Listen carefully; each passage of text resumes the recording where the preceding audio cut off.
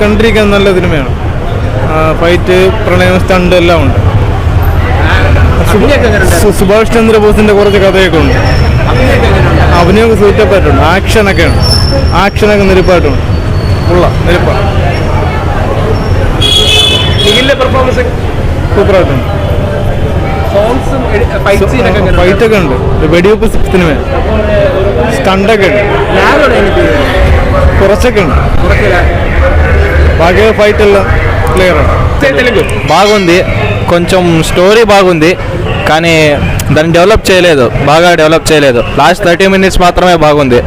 కొంచెం సీరియస్గా రాసుంటే, screen play రాసుంటే బాగా మంచిగా ఆడేది.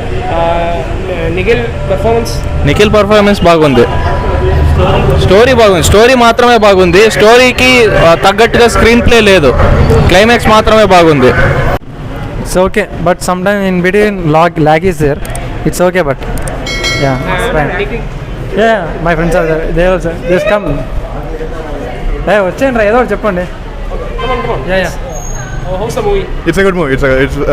It's okay. It's like average. Subhash Chandra Bose. It's all about Netaji Subhash Chandra Bose. You know some like about Subhash Chandra Bose.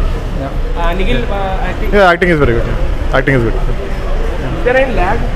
Yeah, small lag, but it's all about India freedom, how we got independence and all. Yeah, it's good. Spy movie చూసాము ఇప్పుడు. బాగుంది. Story పరంగా చాలా బాగుంది. మన Indian history గురించి చెప్పడం, మన ఇండియన్ స్పైస్ గురించి చెప్పడం చాలా బాగుంది. మన ఇండియన్ స్పైస్ ఎలా కష్టపడుతున్నారో ఈ మూవీలో మనం చూడొచ్చు.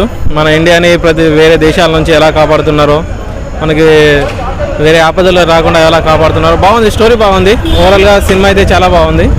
కానీ కొంచెం స్క్రీన్ ప్లే కొంచెం బాగా చేస్తే బాగుండేది. It's a very good movie and I see I can feel it's the direct first movie I guess.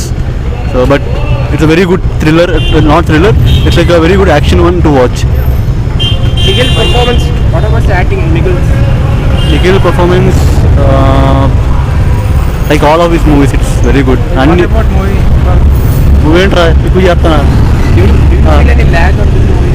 yeah, a little lag and you can get some old memories of happy days, and with friends any movies is best one, so we can watch with friends.